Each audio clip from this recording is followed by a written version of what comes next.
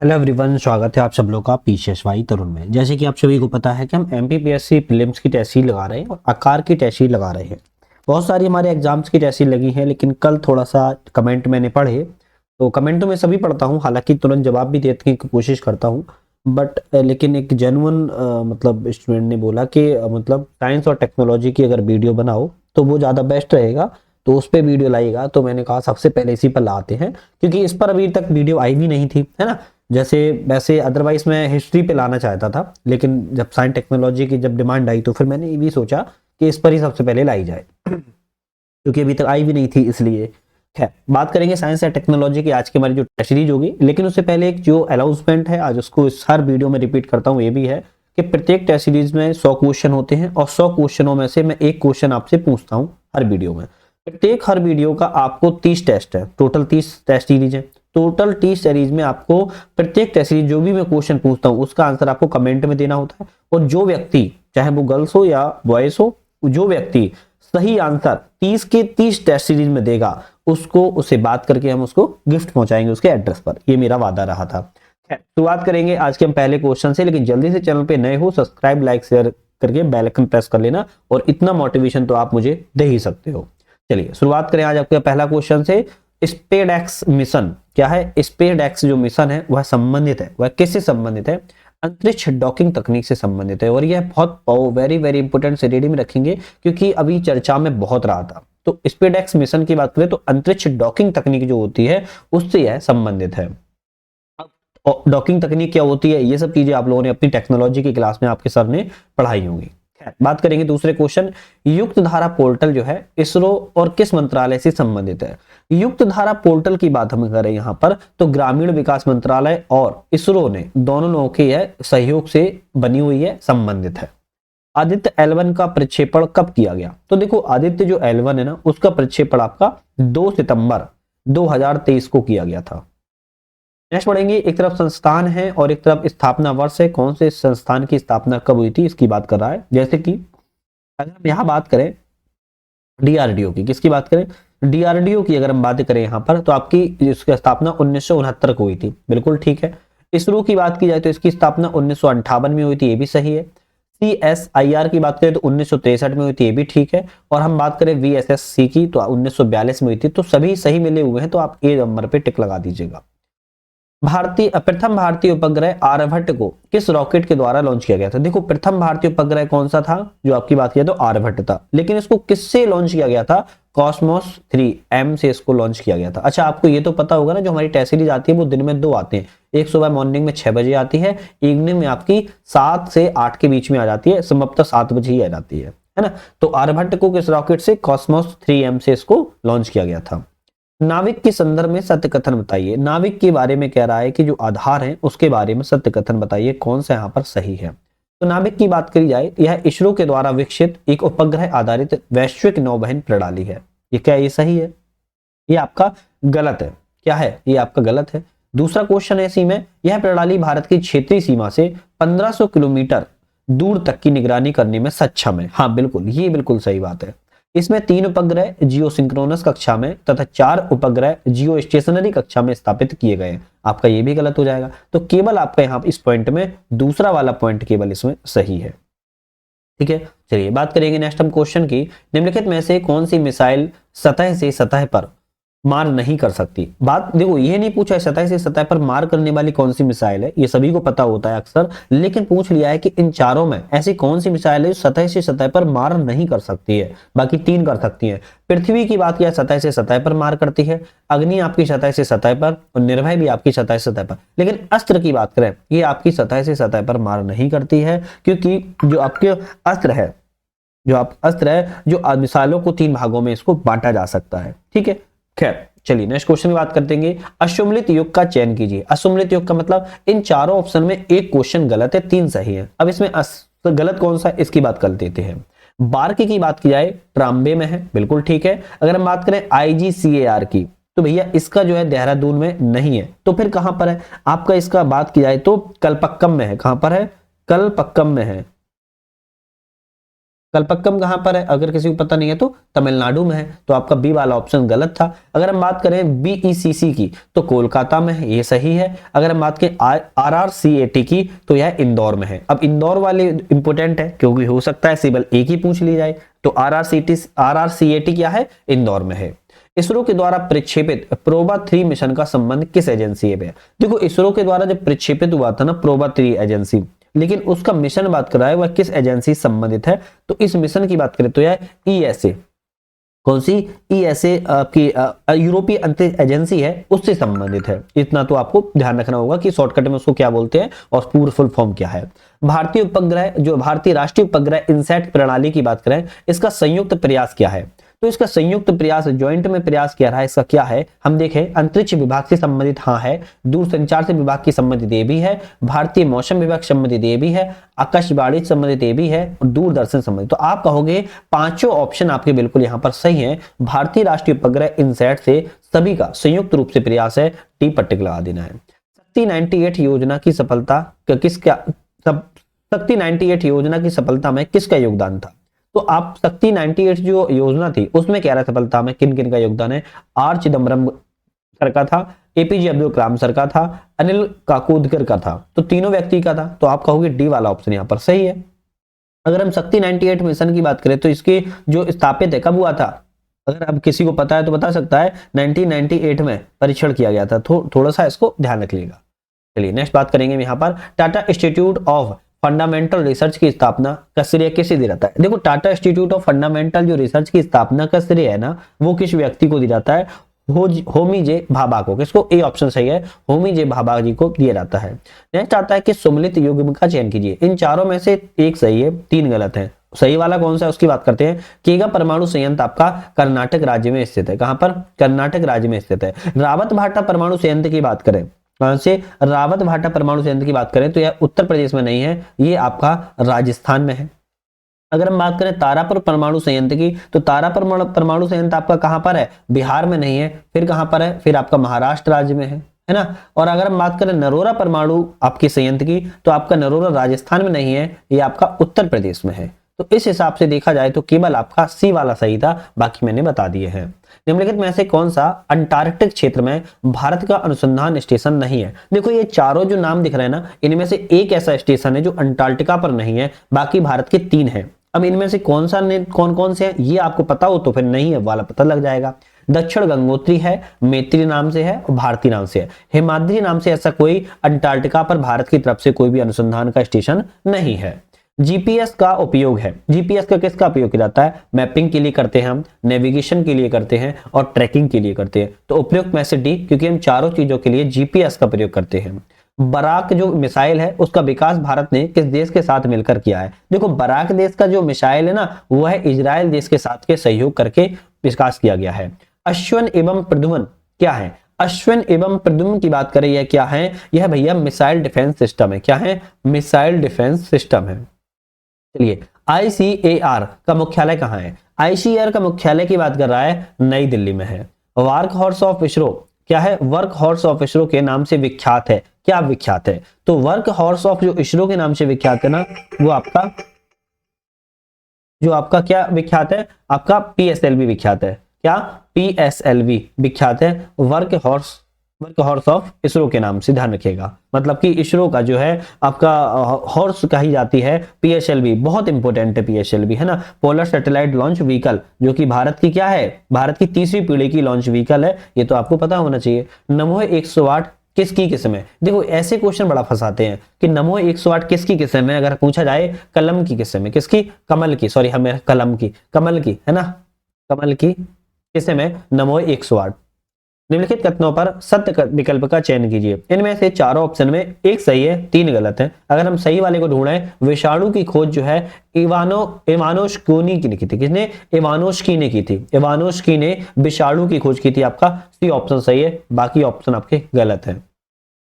चलिए, एक तरफ है सुमेलित शाखाएं हैं और दूसरी तरफ है अध्ययन। किस शाखा का कहाँ पे किस चीज के लिए अध्ययन किया गया है उसकी बात कर रहा है। अगर हम देखें यहाँ पर, अगर हम कि हेमेटोलॉजी की जो आपकी क्या है, आपकी जो अध्ययन है किसके लिए किया गया है, हेमेटोलॉजी का अध्ययन रुधिर एवं रुधिर रोगों के लिए किया गया है। अगर हम बात करें मायोलॉजी का पेशियों के लिए किया गया है। डर्मेटोलॉजी की बात की जाए त्वचा के लिए किया गया है। और हेपेटोलॉजी की बात करें तो यकृत, लीवर के लिए किया गया है ना।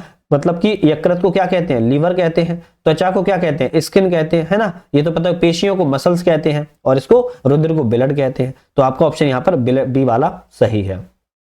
निम्नलिखित में से किसका अध्ययन फाइकोलॉजी अंतर्गत किया जाता है। अब क्या कह रहा है, फाइकोलॉजी के अंतर्गत ना किस चीज का अध्ययन किया जाता है, तो आपको पता होना चाहिए लेमिनेरिया का। किसका, लेमिनेरिया का अध्ययन किया जाता है। लाइकेन के संदर्भ में कौन सा कथन सत्य है। लाइकेन के बारे में पूछ रहा है कि सही कथन का आंसर बताओ। इसका अध्ययन जो है एंथ्रोलॉजी कहलाता है। लाइकेन का अध्ययन भैया एंथ्रोलॉजी नहीं कहलाया जाता है, लाइकेनोलॉजी कहलाता है। तो ऑप्शन ये गलत हो जाए। क्या कहलाता है, लाइकेनोलॉजी कहलाता है। यह कवक एवं शैवाल के बीच की कड़ी होती है। कवक एवं शैवाल के बीच की कड़ी होती है। हाँ बिल्कुल सही है। वायु प्रदूषण के सूचक नहीं होते हैं। वायु प्रदूषण के लाइकेन बहुत प्रमुख सूचक होते हैं, तो ये भी गलत लिखा है। तो आपका ऑप्शन केवल बी वाला सही है।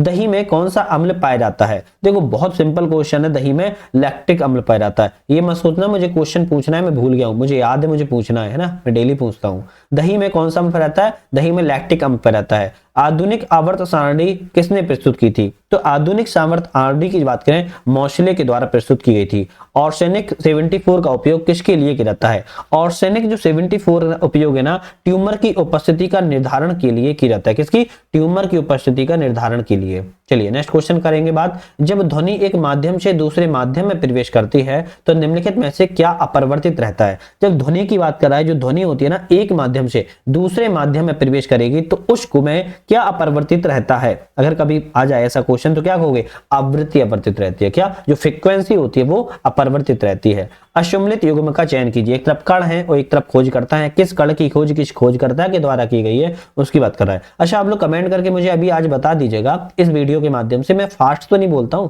अगर फास्ट बोलता हूं तो मुझे कमेंट करके बता देना, और क्लियर बोलता हूं आप लोगों को ठीक है समझ में आ रहा है, कोई दिक्कत नहीं है, आपको स्लो तेज फास्ट कुछ भी नहीं करना पड़ता है, तो आप मुझे वो भी पिन कर देना, लेकिन बताना जरूर, क्योंकि मुझे पता चले कि मैं तेज बोल रहा हूँ फास्ट बोल रहा हूँ, पता चले आप लोग समझ में नहीं आ रहा है और बस मैं बोलता चला जा रहा हूँ, है ना।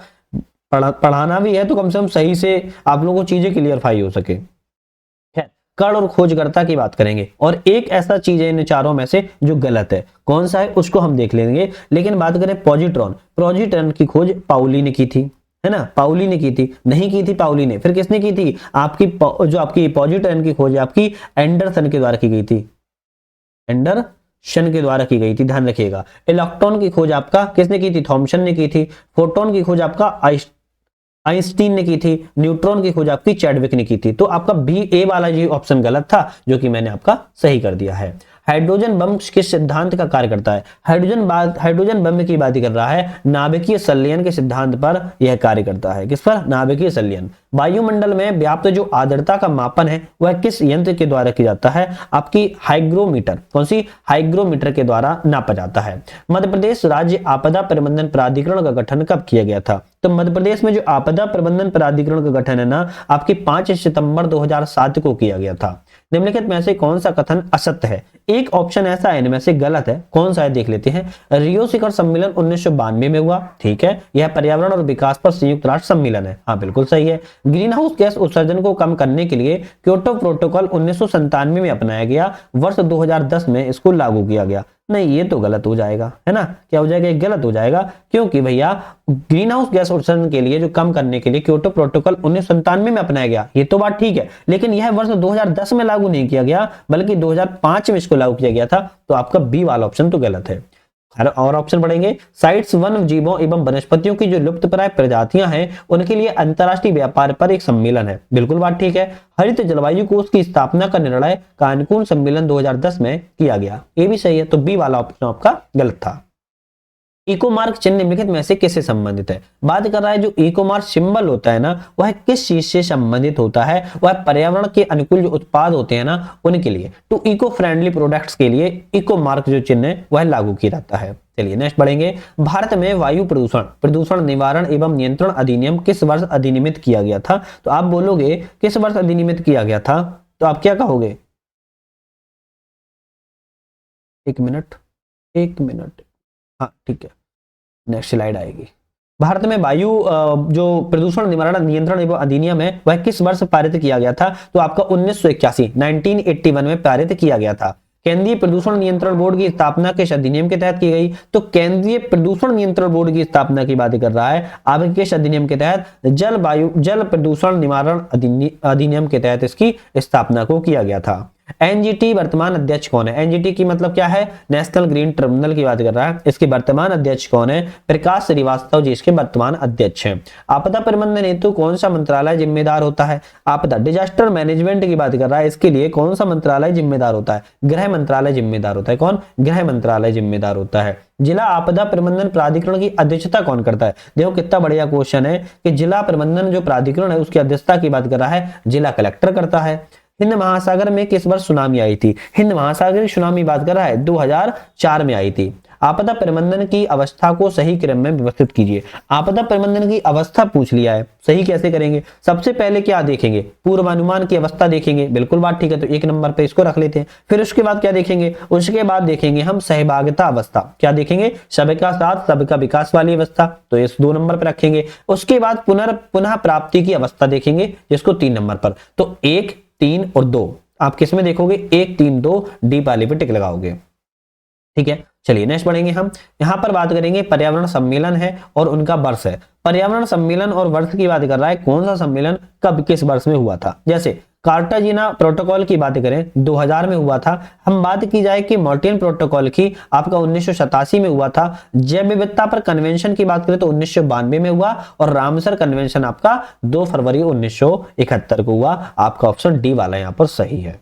चलिए नेक्स्ट पढ़ेंगे। निम्नलिखित में से कौन सी एक मानव जनित आपदा है? मानव जनित आपदा यहाँ पर कौन सी है? भूकंप क्या मानव जनित से होता है? देखो हो तो सकता है भूकंप भी, लेकिन इन चारों ऑप्शन में ये तो नहीं देखेंगे। बाढ़ भी देखा जाए तो अपने आप ही आती है, चक्रवात भी अपने आप आता है, लेकिन नाभिकीय जो संकट है ना, इन चारों में जो प्रमुख है वह मानव जनित आपदा में सबसे बड़ा संकट है।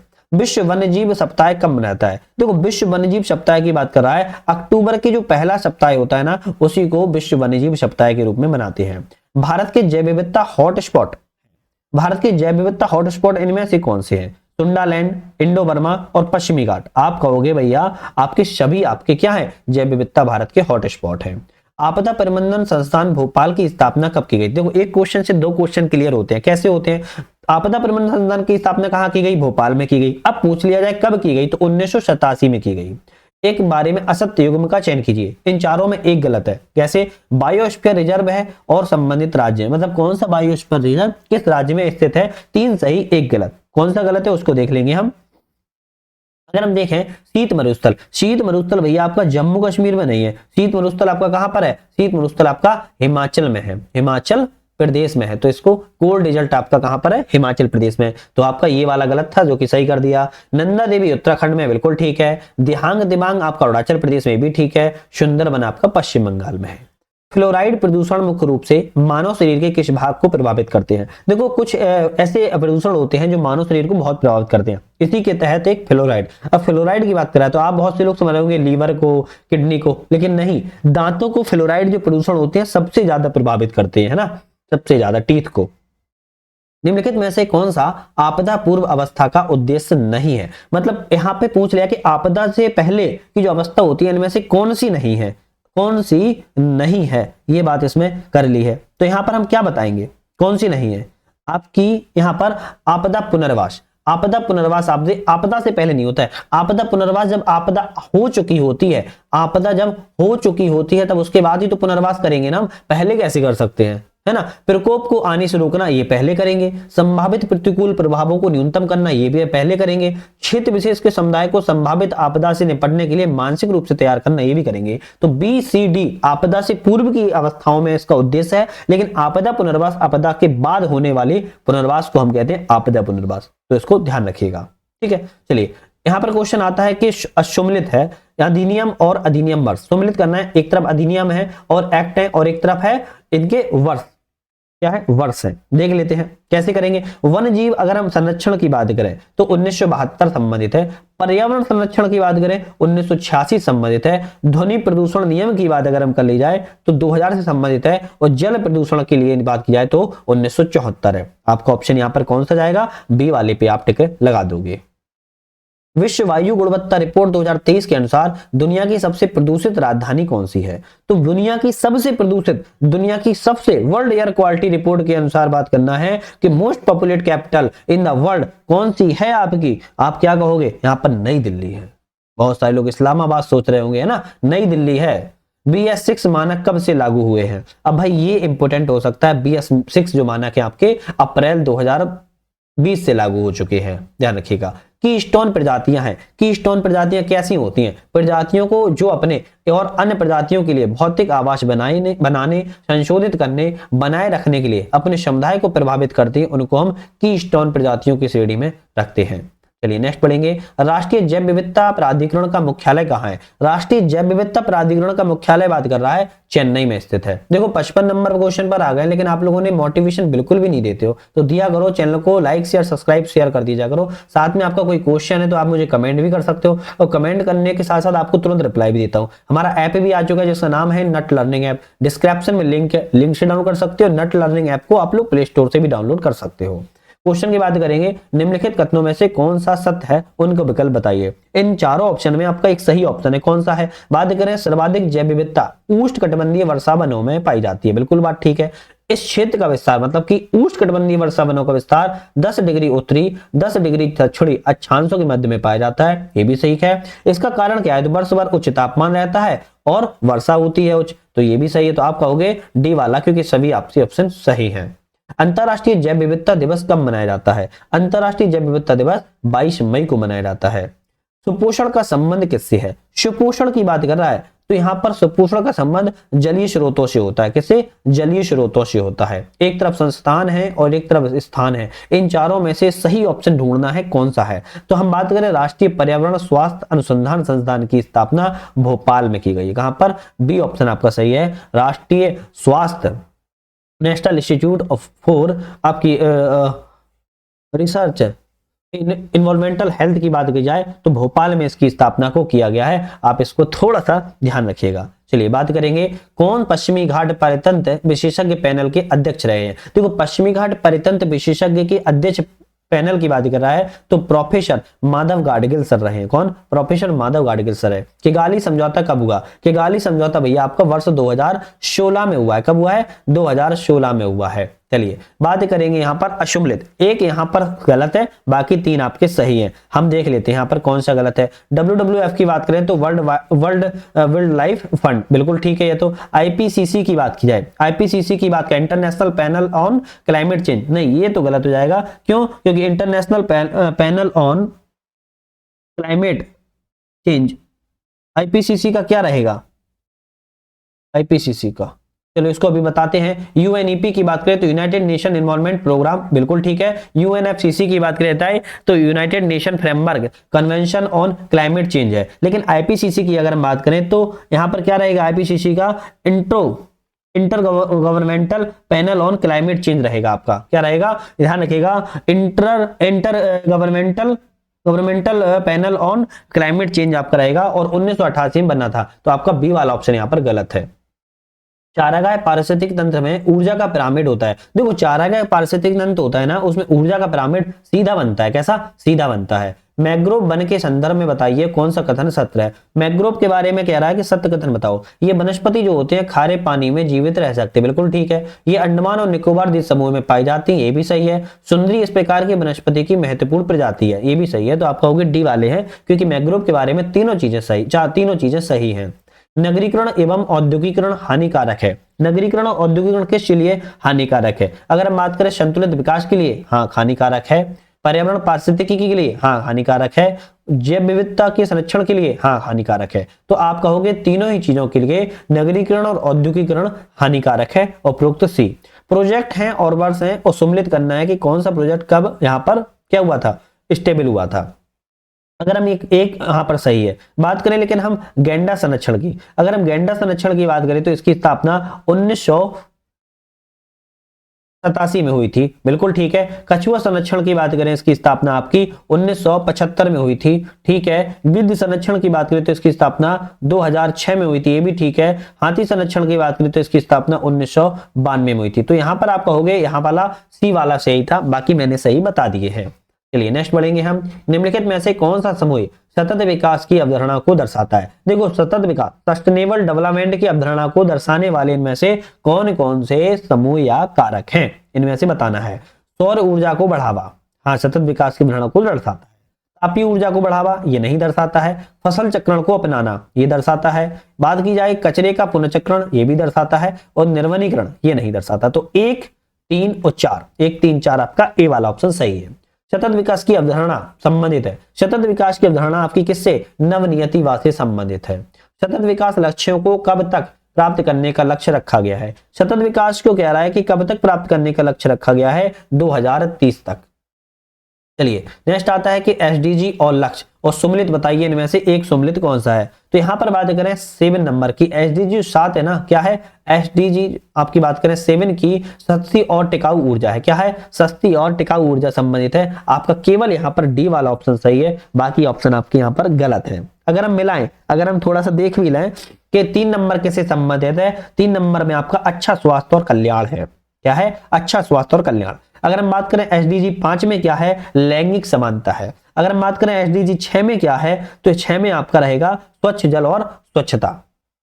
तो इस तरीके से आपका केवल सी वाला मिला हुआ है। चलिए बात करते हैं एसडीजी इंडेक्स 2018 2023-24 के बीच सबसे तेजी से आगे बढ़ने वाले राज्य कौन से हैं। देखो 2018 से 2023-24 के बीच में जो एसडीजी इंडेक्स में सबसे तेजी से जो बढ़े राज्य है ना, उनकी बात कर रहा है। आपका उत्तर प्रदेश सबसे फास्ट बढ़ा है।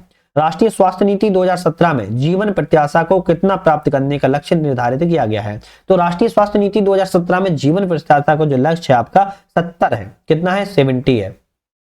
राष्ट्रीय स्वास्थ्य नीति 2017 में एड्स के लिए वैश्विक लक्ष्य प्राप्त करने के किस रणनीति को अपनाया गया है? तो वो एड्स की बात कर रहा है, जो एड्स होता है ना उसकी बात कर रहा है। क्या लक्ष्य अपनाया गया है? तो लक्ष्य अपनाया इन्होंने 90:90:90, ये इन्होंने लक्ष्य अपनाया हुआ है। ध्यान रखना है एचआईवी और एड्स के लिए। चलिए देश की दूसरी स्वास्थ्य नीति कब बनाई गई थी? इसका आंसर आप लोग कमेंट में दीजिएगा और ये कमेंट आपका ऐड होगा। तो देश की दूसरी स्वास्थ्य नीति की बात कराए 1983, 2002, 1987, 2017 कब बनाई गई थी? कमेंट में बताइए।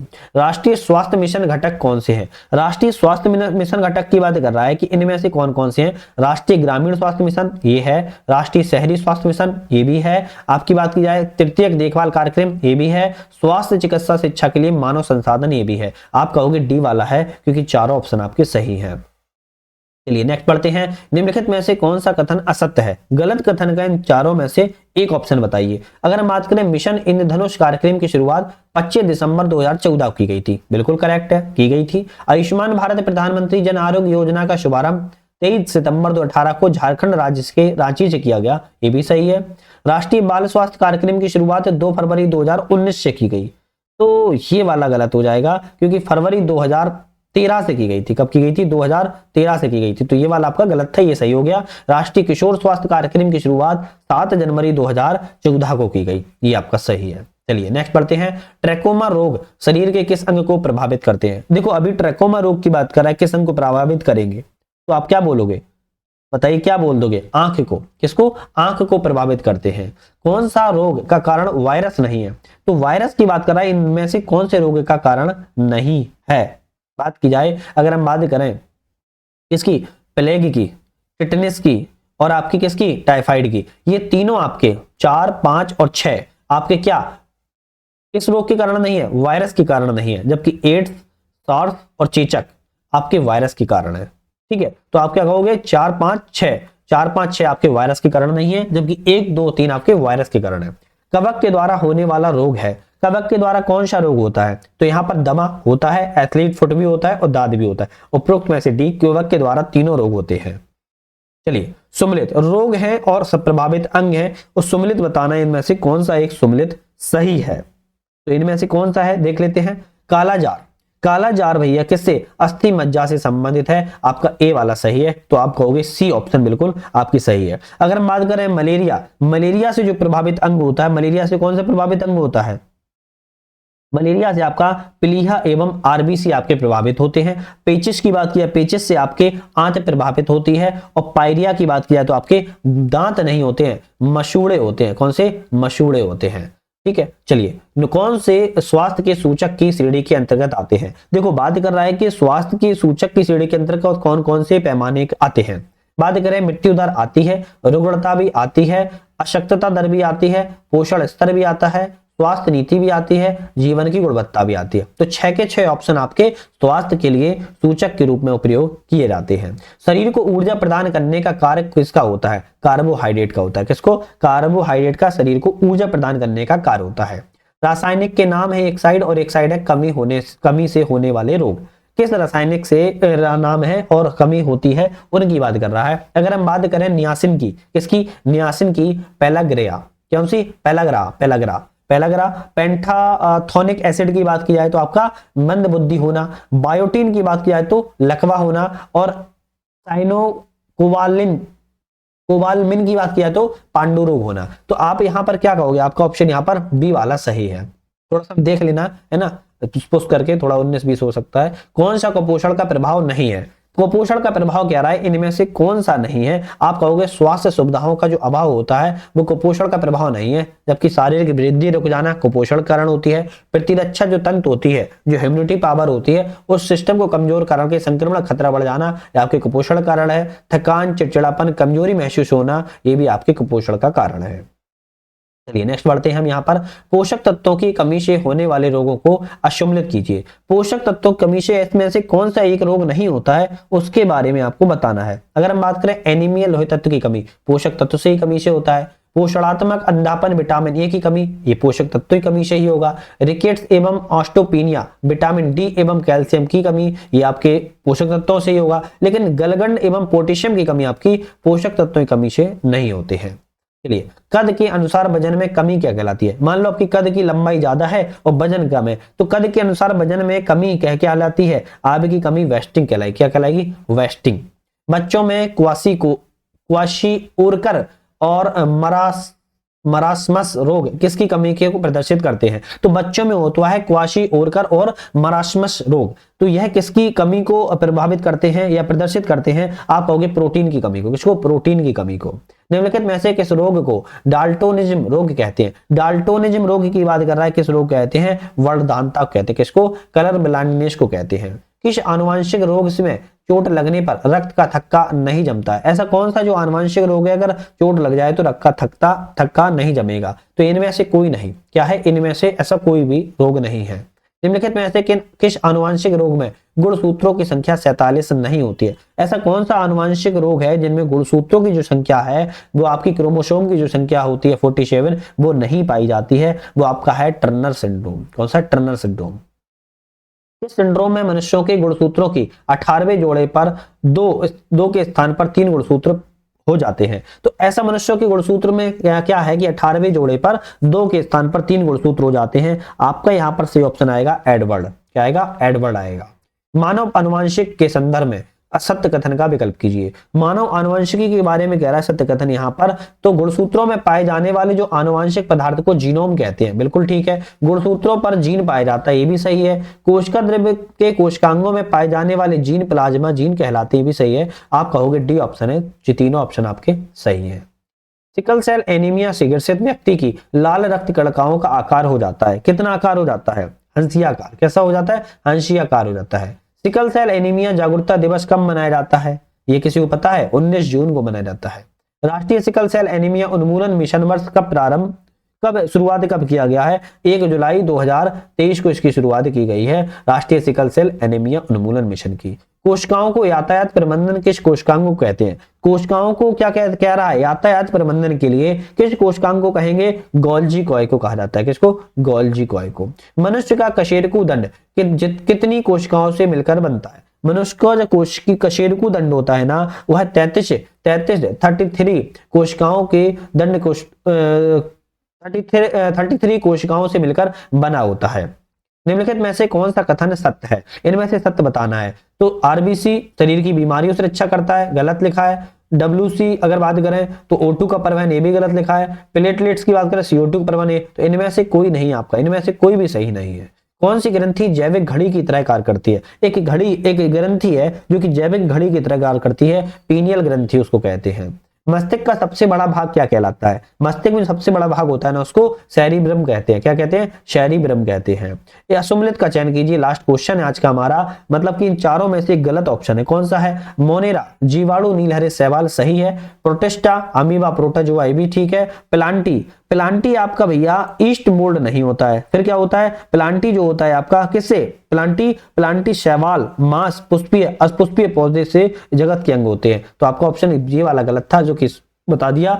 एनिमेलिया की बात करें, कृमि और स्तनधारी जीव से संबंधित है। तो हमने आज यहाँ पर साइंस के, बायोलॉजी के कुछ क्वेश्चनों को कर लिया है। 100 क्वेश्चन होते हैं, 100 के 100 क्वेश्चन किए हैं। एक क्वेश्चन आपसे कमेंट में पूछा है, जिसका आंसर आपको हर बार की तरह इस बार भी कमेंट में बताना है। जब 30 के 30 टेस्ट सीरीज में सही आंसर आप लोग दे दोगे, तब जाके आपसे बातचीत होकर फिर गिफ्ट पहुंचाया जाएगा। तो नेक्स्ट वीडियो जब आएगी शाम को, आप लोग देखते रहिएगा। चैनल को लाइक शेयर सब्सक्राइब कर बेल आइकन प्रेस कर लेना। साथ में हमने एग्जाम पीडिया की 5.5 घंटे से ज्यादा की वीडियो बना दी है, उसको देख लेना। पूरी वीडियो बना दी है, पूरी की पूरी आप लोग याद कर लो, है ना। 2-3 बार देख लेना, पूरी याद हो जाएगी। तो आज के लिए अलविदा।